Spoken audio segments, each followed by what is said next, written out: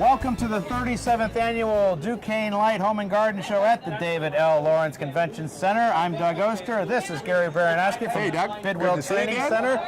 And what do you do at Bidwell Training Center, Gary? I'm the director of the Horticulture Technology program at Bidwell. I've been there about 16 years now, and this is actually our 15th year here at the Home and Garden Show. Tell me a little bit about what Bidwell is. Bidwell is a post-secondary training facility for adults. It's available to individuals in the region who are interested in making a change in their lives. We offer career training in 6 different areas, several medical programs, a culinary arts program, a pharmacy tech program, lab tech program, and of course my favorite, horticulture.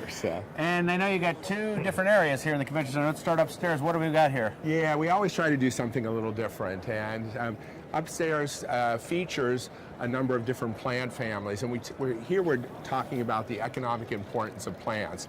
So they're little sort of fun facts about different plant families, little known things that the average gardener doesn't know a lot about, and it just helps people connect plants to what they do in their everyday lives. And each one of these displays the students worked on?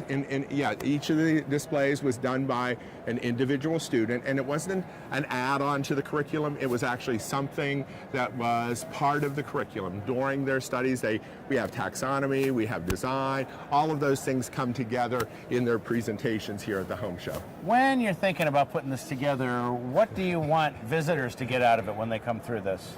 Enjoyment, that's it. I mean, we're here purely to entertain and to be informative. So this is, I always tell our students, horticulture is a little bit about science and a little bit about art. You have to have both of them. And when you do, you know what? You can't help but hit a home run. All right, I want to see downstairs. Absolutely. All right, let's go for a walk. Wow. Wow, what do we have here? Oh, man.